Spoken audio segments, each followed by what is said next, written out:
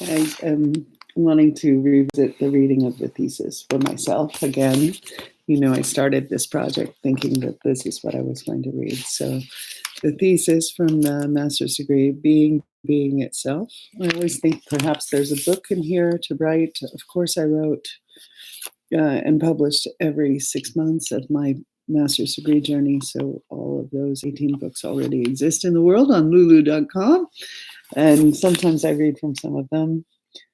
But I just wanted to remember what I thought I knew when I got out of grad school. My story before the hallway, experiments in building suburban creative community.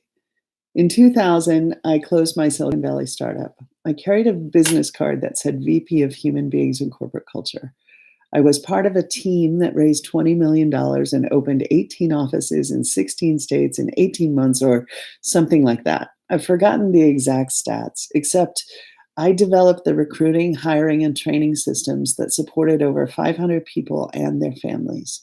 They wrote about me in Fast Company magazine. I have the picture still, my smile leaning against the glass blocks of our Menlo Park office, talking about how we did it, what we were looking for, people who could treat our customers as human beings and not transactions. In 2003, I looked down at the books I'd checked out for my kids, Shel Silverstein Books of Poetry, and told the city programs officer, who I knew through my participation on the San Ramon Arts Advisory Board, that I would take the money we were going to hire a theater company with and start one for us. Our first show, collaged entirely from his poems, was Missing Piece, a tribute to Shel Silverstein.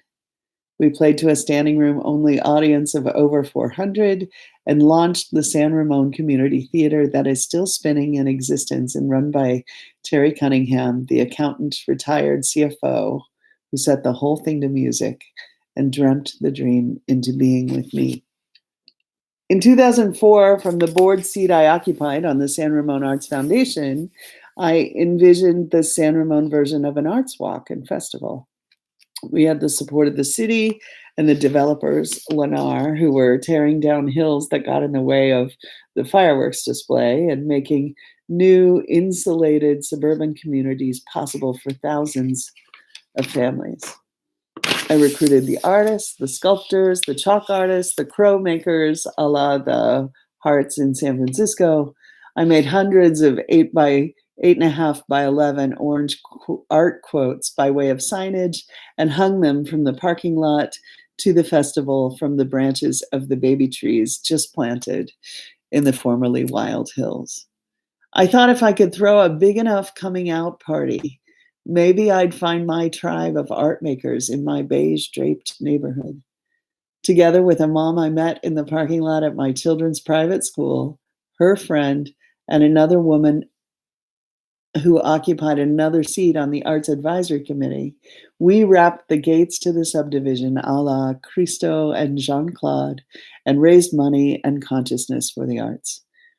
In 2004 to 2006, I instigated a community art gallery with those same women.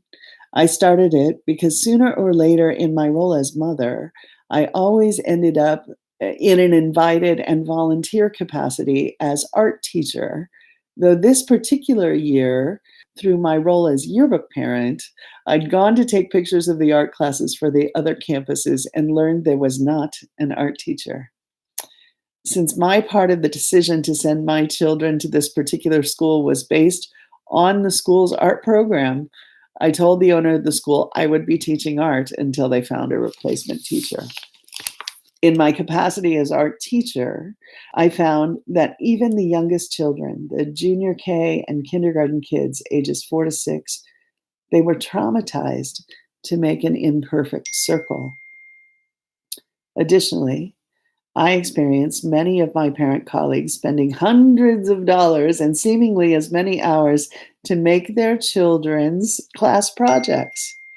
Perfection as to how things looked seemed to be an addiction in many of the homes these kids were growing up in, and I wanted to address this at the parent level.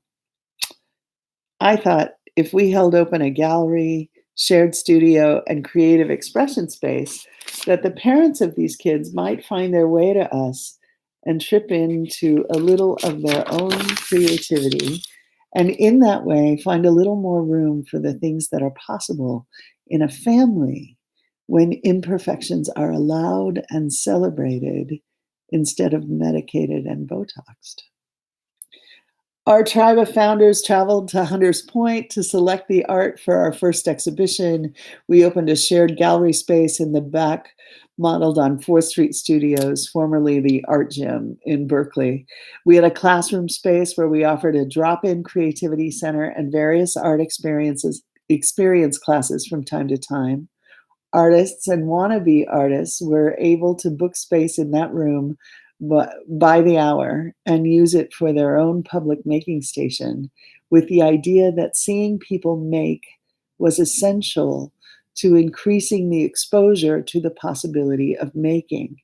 And seeing people make in community was essential to the possibility of making a community that works. Exposing the process of art making was important to me, as opposed to just seeing, buying, or evaluating a finished product. At Art Escape Studios, we issued open calls for 18 shows that exhibited the work of 400 artists and had standing room only crowds at every opening. We sold art. We cut checks for artists each and every show. Mostly, we grew our own art collection. We were a nexus of connections.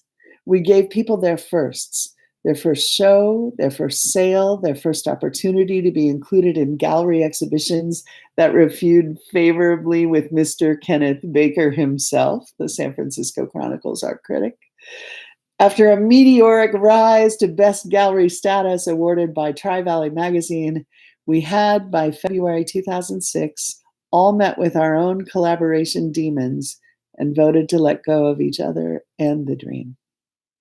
In March 2006, more or less for his birthday, my dad was diagnosed with stage 4 cancer originating in the biliary tree, and I flew home to help him live or die. I closed his law practice. I got him on Social Security. I toasted a margarita to my mother's forced retirement from 40 years of nursing. I booked the last family vacation at Rockaway Beach in the Ozarks.